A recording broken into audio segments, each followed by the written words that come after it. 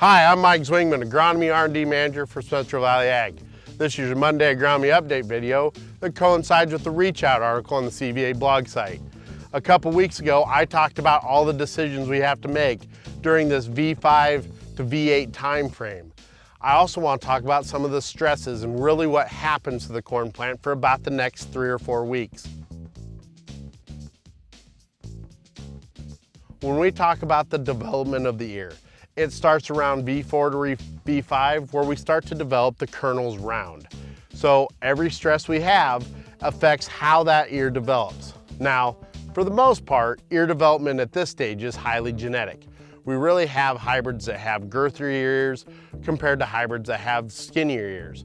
And what happens is we might only ever lose about 2 rows, maybe at the most 4, in really stressful situations. But what are some of the stressors? We're out here at the RD Innovation site, and one of the problems we've had is our strip till has really kind of dried out before this rain we just had.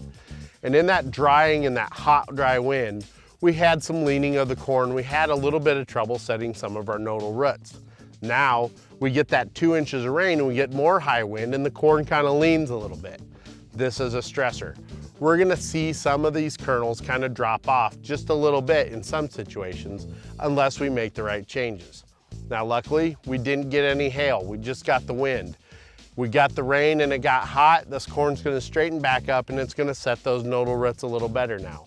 But some of the damage has already been done. And then from here on out till about V10 is when we really start setting those kernels long.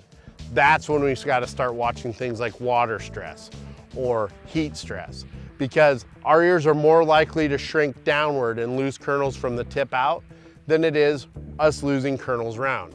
Because yes, even though it's still genetically driven, it's really influenced by our environment.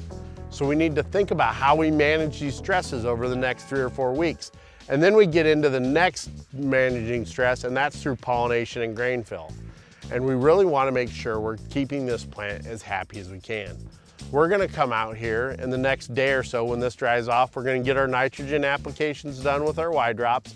We're going to get our foliar applications done. We're going to get our post sprays on, and we're going to try some different things using fungicides and maybe some of the plant growth regulators as part of our treatments in this innovation site to get this corn to perk back up and influence those kernel around. These are all things that we want to do to help you understand how these products work better in the future, so you can make the decisions and manage those stresses appropriately and optimize kernel count as part of that yield equation. Because after that, then it's all about managing nitrogen, water, and sunlight to get to grain fill. This is really important for us to understand how the different phases of yield development, from the net effective stand percentage to that's the number of ears, to the total kernels through this ear development phase, to the weight in the grain fill phase, all affect your yield and affect your bottom line. As always, be safe. We'll see you next week.